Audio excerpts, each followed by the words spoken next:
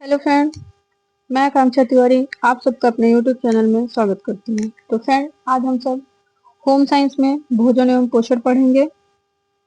तो चलिए स्टार्ट करते हैं। सबसे पहले जानते हैं कि पोषण क्या है।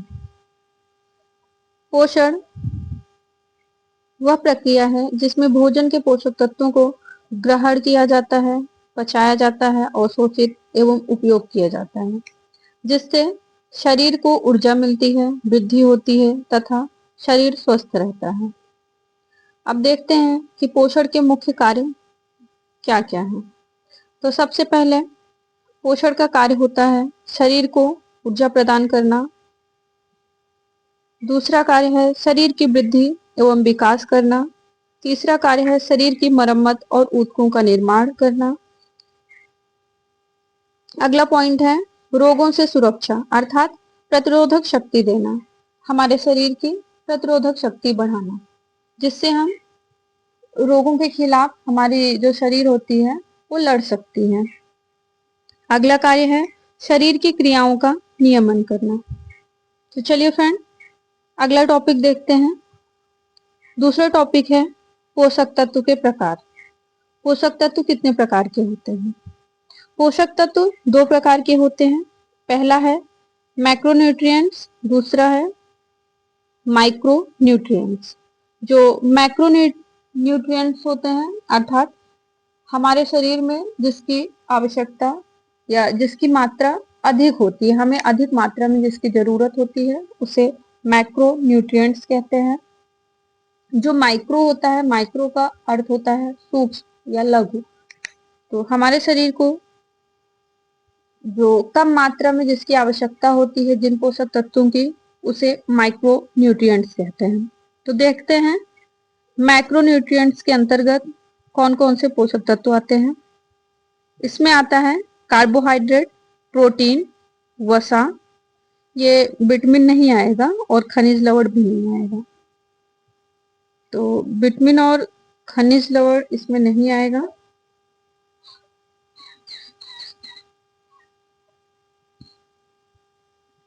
इसे काट देते हैं, ये दोनों मैक्रोन्यूट्रिएंट्स में नहीं आएंगे।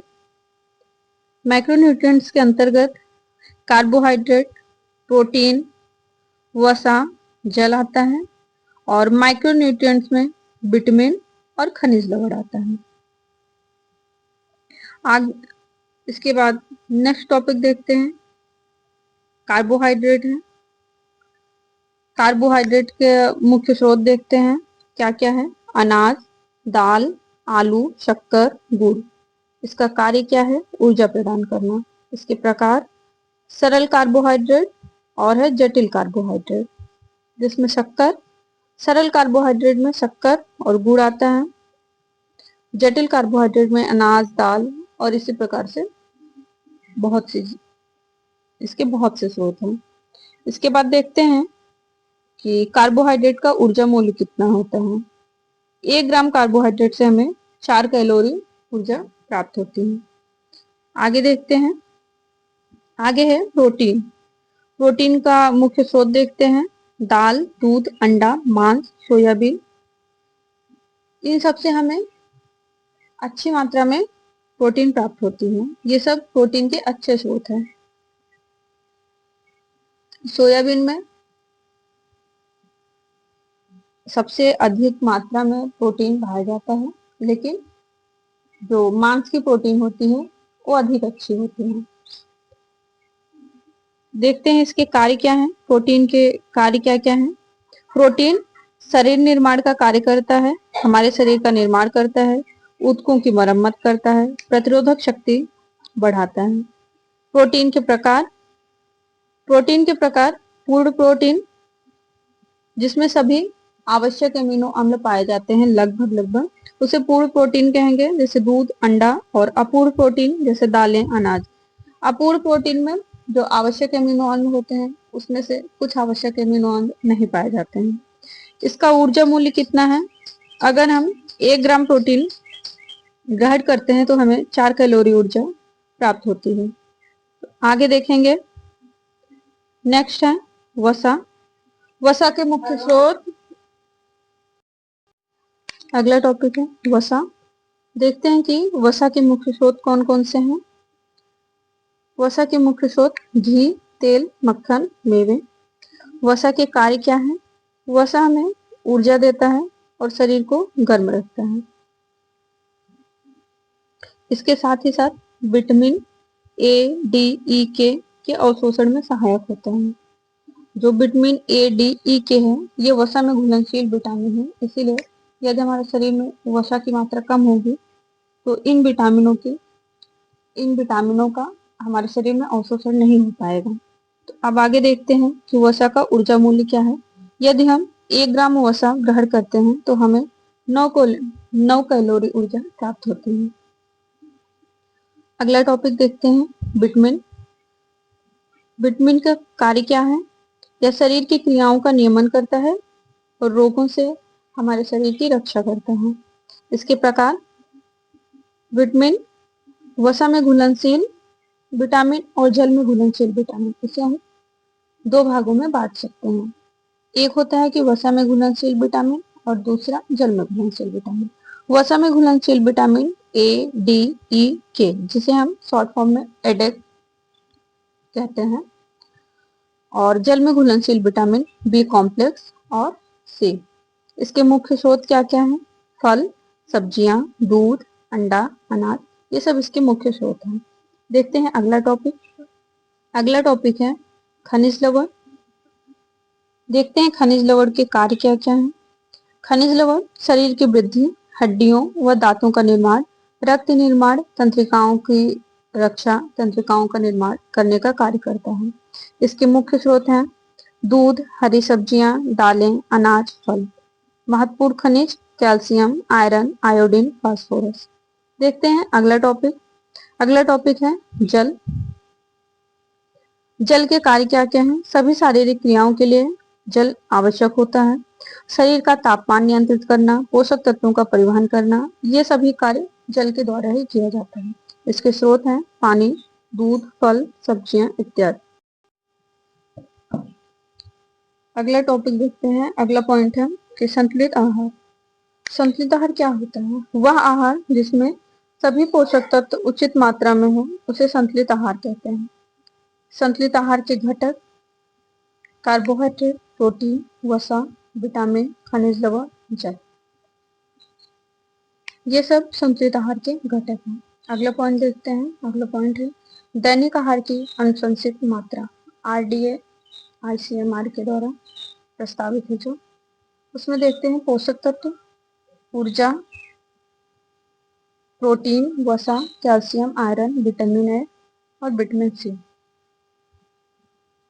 देखेंगे कि एक वयस्क पुरुष को प्रतिदिन कितनी ऊर्जा की आवश्यकता होती है।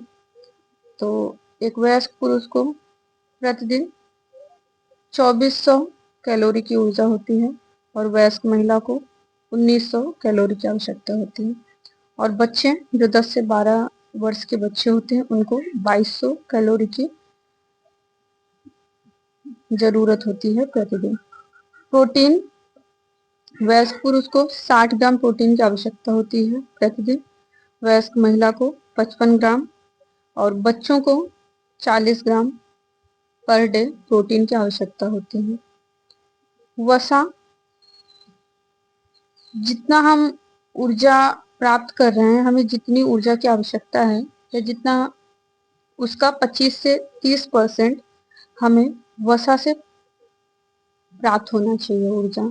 और वयस्क महिलाओं में भी 25 से 30%, बच्चों में भी जितनी भी उनकी ऊर्जा है, ऊर्जा की जरूरत है, जितना वो कैलोरी प्राप्त कर रहे हैं उसका 25 से 30% हमें वसा से ऊर्जा प्राप्त करनी चाहिए। आगे देखते हैं कैल्शियम, जो मिलीग्राम में है। वयस्क पुरुष को 600 मिलीग्राम कैल्शियम की जरूरत होती है पर डे, वयस्क महिला को 600 मिलीग्राम पर डे, बच्चों को 800 मिलीग्राम पर डे, क्योंकि बच्चों की शारीरिक वृद्धि होती है, उनकी हड्डियां बढ़ रही होती हैं, इसके लिए उन्हें कैल्शियम की अधिक मात्रा की आवश्यकता होती है। आगे देखते हैं आयरन, ये भी मिलीग्राम में है। एक वयस्क पुरुष को 17 मिलीग्राम आयरन की आवश्यकता होती है वयस्क महिला को 21 मिलीग्राम और बच्चों को 27 मिलीग्राम आयरन की आवश्यकता होती है।